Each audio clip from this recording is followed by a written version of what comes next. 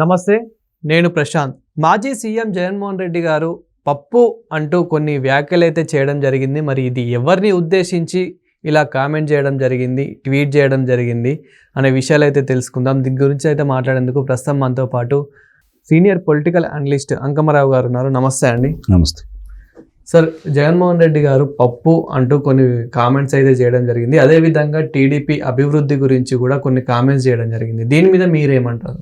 అంటే ఆయనలో లోకేష్ బాబుని చూస్తే ఓ భయం పట్టుకుందామని అనిపిస్తూ ఉంది నాకు.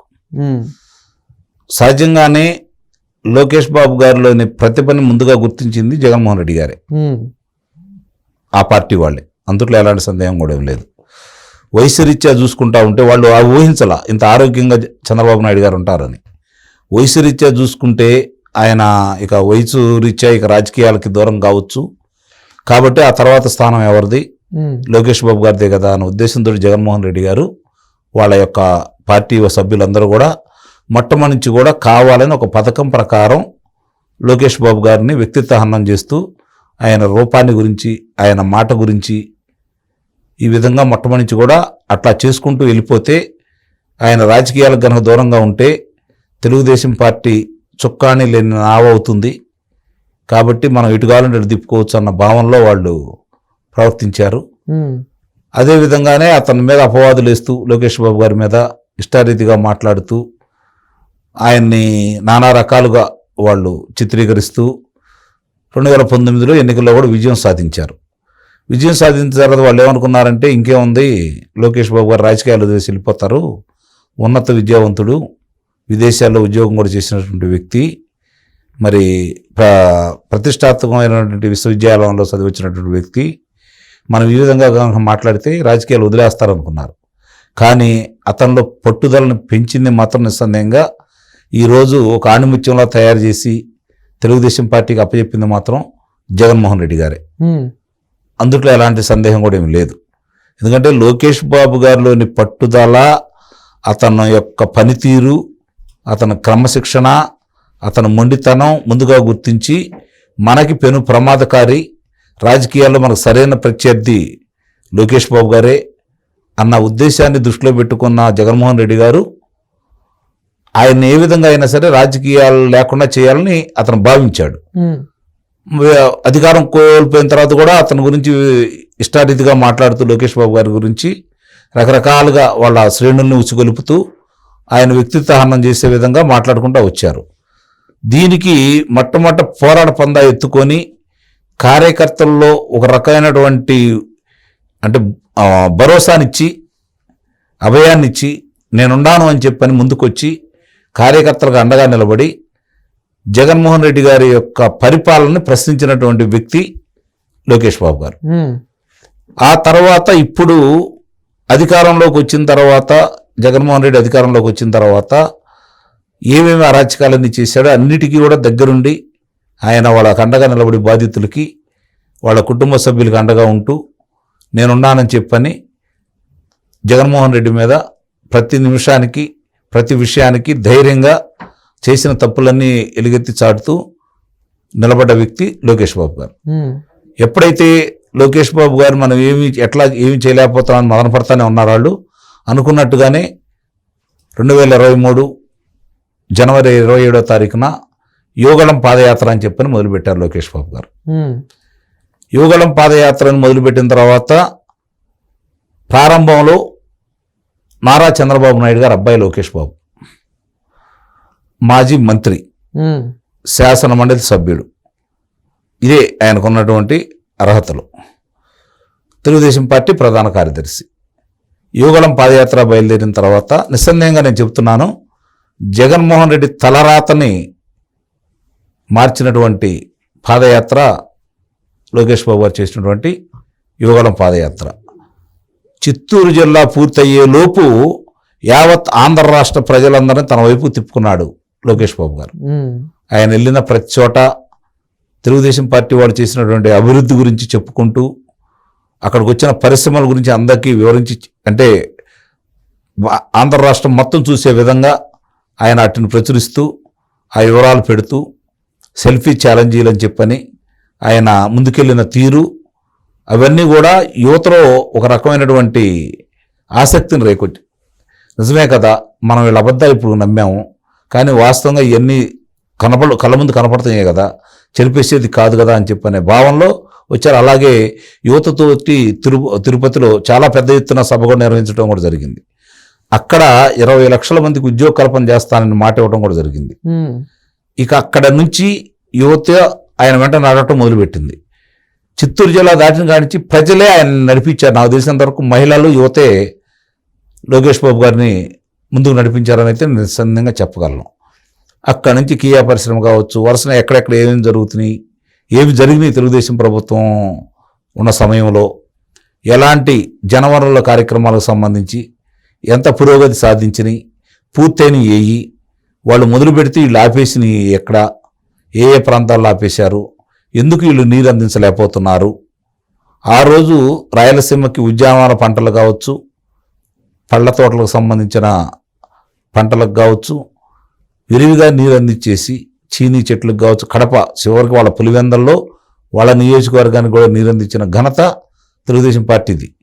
కాబట్టి ఇవన్నీ కూడా ప్రజలకు అర్థమయ్యే రీతిలో చెప్పి కక్షలని ముఠా నాయకుల్ని ఏకీకరణ చేసినటువంటి పార్టీ తెలుగుదేశం పార్టీ.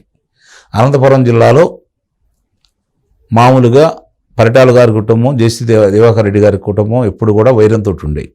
ఆ రెండింటినీ కలిపింది తెలుగుదేశం పార్టీ. అలాగే భూమా నాగిరెడ్డి, గంగుల ప్రతాప్ రెడ్డి గారి వాళ్ళను కూడా కలిపింది తెలుగుదేశం పార్టీ. ఒకే పార్టీలో ఉండేలా చేసిన తర్వాత వాళ్ళు బయటకు వెళ్ళొచ్చు, అది వేరే విషయం. మరి అలాగే రామసుబ్బారెడ్డి గారు, ఆదినారాయణ రెడ్డి గారు వాళ్ళిద్దరిని కూడా కలిపింది తెలుగుదేశం. అంటే ఇక్కడ మీరు గొడవ పడితే మీ వెంట అటు వాళ్ళు నిలబడి వాళ్ళు చనిపోతూ ఉంటే, వాళ్ళ కుటుంబాలు అనాథలైపోతూ ఉంటే, వాళ్ళు కక్షలు కాఠిన్యాలకి అలవాటు పడిపోతే ఎప్పుడూ ఇట్లానే చంపుకోవటాలే తప్ప ప్రగతి అనేది ఉండదు. ఇది మంచి పద్ధతి కాదని చెప్పని వైరాలు పెంచకుండా అధికారంలో ఉండా కూడా వాళ్ళని ముక్కుతాళ్ళు వేసి ఆపుతూ ఎలాంటి అరాచక సంఘటనలు జరగకుండా ప్రజలు ప్రశాంతంగా ఉండేలా తీసుకెళ్ళింది తెలుగుదేశం పార్టీ. దాన్ని అధికారంలోకి వచ్చిన వాళ్ళు ఏం చేశారో చూసాము. ఇప్పుడు వీళ్ళు అధికారంలోకి వచ్చిందో దాన్నే ప్రోత్సహించట్లేదు. మొట్టమొదటి కూడా ఆ నైజం కాదు తెలుగుదేశం పార్టీ. కానీ వాళ్ళు భయపడుతున్నట్టే లోకేష్ బాబు గారు ఎర్ర పుస్తకం అన్నారు. వీళ్ళ చరిత్రలంతా ఎవరైతే అన్యాయం చేశారో, ఎవరైతే దోపిడీలు చేశారో, ఎవరైతే దొంగతనాలు చేశారో, ఎవరైతే హత్యలు చేశారో ఇవన్నీ కూడా వాళ్ళ పేర్లన్నీ దీంట్లో ఉదాహరిస్తున్నానని చెప్పని ఎర్ర పుస్తకాన్ని ఒకటి పట్టుకొని అందరి పేర్లు రాసుకుంటూ ముందుకెళ్ళి అధికారంలోకి వచ్చిన తర్వాత వాళ్ళందరినీ కూడా న్యాయపరంగా చట్టపరంగా శిక్షిస్తానని చెప్పాడు. ఆ విధంగానే ముందుకెళ్తున్నాడు. ఇది వాళ్ళు భయపడంతా ఇప్పుడు జరుగుతూ ఉంది. లోకేష్ బాబు గారిని ఎందుకు వాళ్ళు మొట్టమొదటి కూడా ఆయన వ్యక్తిహనం చేసి రాజకీయాలు దూరం చేయాలనుకుంటున్నారో ఇప్పుడు అర్థమవుతా ఉంది. ఇక విద్యాశాఖ గురించి ఈరోజు ఆయన జగన్మోహన్ రెడ్డి గారు లోకేష్ బాబు గారికి ట్విట్టర్లో ప్రశ్నించడం కూడా జరిగింది. ఒక్కొక్క పనులన్నీ ఆయన చక్కగా అలాంటి శాఖ తీసుకోవడానికి ముందు ధైర్యం కావాలి. ముందు గుండె ధైర్యం ఒకటి కావాలి. అలాంటి శాఖ తీసుకున్నప్పుడు దాంట్లో ఉన్నటువంటి లోటుపాళ్ళు ఏంటి, ఆ విద్యా వ్యవస్థను నువ్వు ఏ విధంగా నాశనం చేశావు, దాన్ని దృష్టిలో పెట్టుకొని మళ్ళీ విద్యకు వెలుగు నింపాలని, నిజంగానే యువకులకి అది విజ్ఞాన సూచిక, వెలుగు రేఖ ఏదన్నా ఉంది అంటే చదువు అనేది దృష్టిలో పెట్టుకొని ఆ విధంగా ముందుకెళ్లాలనే తలంపుతోటి దాంట్లో సంస్కరణ తీసుకొస్తూ కొంచెం ఆలస్యమైనా కూడా సంస్కరణ దిశగా ఈరోజు ముందుకెళ్తా ఉన్నాడు. నిజంగా చూసుకుంటా ఉంటే ఇంతవరకు భారతదేశ చరిత్రలో కాదు ప్రపంచ చరిత్రలో పాఠశాలలో చదువుకునే విద్యార్థులు తల్లిదండ్రులు అధ్యాపకులతో కలిపి ఇంతవరకు ఎక్కడ కూడా ఎప్పుడు సమావేశం జరగల.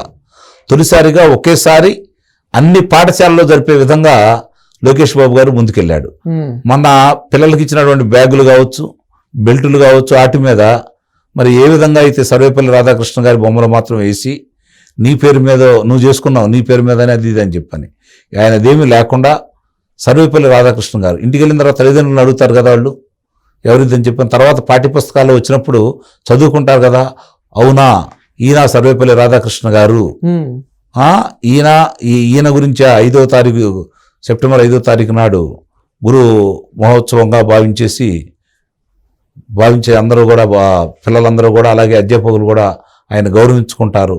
అలాంటి వ్యక్తికి సంబంధించి మనం ధరిస్తున్నామా ఆలోచన వచ్చిన తర్వాత ఆయన చరిత్ర గురించి తెలుసుకున్న తర్వాత అట్లా 4-5 చరిత్రలు కనుక తెలుసుకుంటా ఉంటే వాళ్ళలో తపనంటూ పెరిగి దేశభక్తి పెరిగిద్దనే భావనతోటి ఈరోజు లోకేష్ బాబు గారు ముందుకు తీసుకెళ్తున్నారు. తొలిసారిగా ప్రభుత్వ కళాశాలల్లో, ప్రభుత్వ పాఠశాలల్లో ఇంకా మీరు ఇక్కడ వచ్చి చదువుకోవడానికి అవకాశం లేదు. ఎందుకంటే ఇప్పటికి అనుకున్న దానికంటే కూడా పిల్లలు ఎక్కువ మంది అయ్యారని చెప్పని వాళ్ళు ప్రచురించాల్సిన పరిస్థితి తీసుకొచ్చారు అంటే ముందుకెళ్తున్నట్టే కదా. తెలుగుదేశం ప్రభుత్వం ప్రతి చోట ప్రాథమిక పాఠశాల, అక్కడ ప్రతి 5 కిలోమీటర్లకి ఒక ఉన్నత పాఠశాల, మండల స్థాయిలో ఒక కళాశాల, అలాగే జిల్లా స్థాయిలో ఇట్లా అన్నీ పెంచుకుంటూ వెళ్ళిపోయారు. వాటినన్నింటినీ రద్దు చేసింది మీరే కదా. తిరిగి దాన్ని పునరుద్ధరించే పనిలో ఇప్పుడే ముందుకెళ్తా ఉన్నారు. అన్నీ చక్కబెడతారు. మీరు ఏదో అన్నందువల్ల వాళ్ళు ఎన్నిక తిరగలేదు. మీరు పప్పు అంటే ఆయన నిప్పల్లే తయారయ్యాడు కాబట్టి ఆ నిప్పు దగ్గరికి వెళ్తే మీరే దహనం అయిపోతారు. ఒకసారి ఆలోచించుకోండి. ఇందాక నేను చెప్పినట్టు లోకేష్ బాబు గారు నాయకుడిగా ఈరోజు తెలుగుదేశం పార్టీకి సానబెట్టిన వజ్రంలా తయారయ్యాడు. కాబట్టి మీరు ఎన్నన్నా కూడా ఆయనకు వచ్చే నష్టం అయితే ఏం లేదు. వాళ్ళ పనులు వాళ్ళు చేసుకుంటూ వెళ్తారు. జరిగిన అన్ని విషయాలు కూడా ప్రజలకు అర్థమయ్యే రీతిలో మీ వైఫల్యాలను చెబుతున్నారు కాబట్టి వాళ్ళు ఏం చేసినా కూడా ప్రజలు ఆదరిస్తారని అయితే నేను ప్రజ్ఞాన అని చెప్పిన వాళ్ళు తప్పులు చూస్తా కూర్చోము. తప్పులు జరగకుండానే ముందుకు వెళ్ళాలని. ఎందుకంటే నష్టపోయిన ఆంధ్ర రాష్ట్రం మళ్ళీ గాడిని పడాలన్నా, అభివృద్ధి పదంలో పయనించాలని ఇప్పుడు వాళ్ళు తీసుకొస్తున్న పరిశ్రమలు కావచ్చు ఇవన్నీ మనం చూసుకుంటా ఉంటే రోజుకో కొత్తవి తీసుకొస్తా ఉన్నారు. ఈరోజు క్వాంటమ్ వ్యాలీ అంటున్నారు, ఏఐ టెక్నాలజీ అంటున్నారు, కళ్ళ ముందు కనపడతానే వచ్చి ఈరోజు జరుగుతూ ఉన్నాయి. ఇవన్నీ వచ్చిన తర్వాత మీ గురించి అయితే ప్రజలు మర్చిపోతారు. మీకు ఇంకా ట్విట్టర్లే పరిమితం అవుతారని చెప్పి అయితే నేను భావిస్తున్నాను. Thank you sir.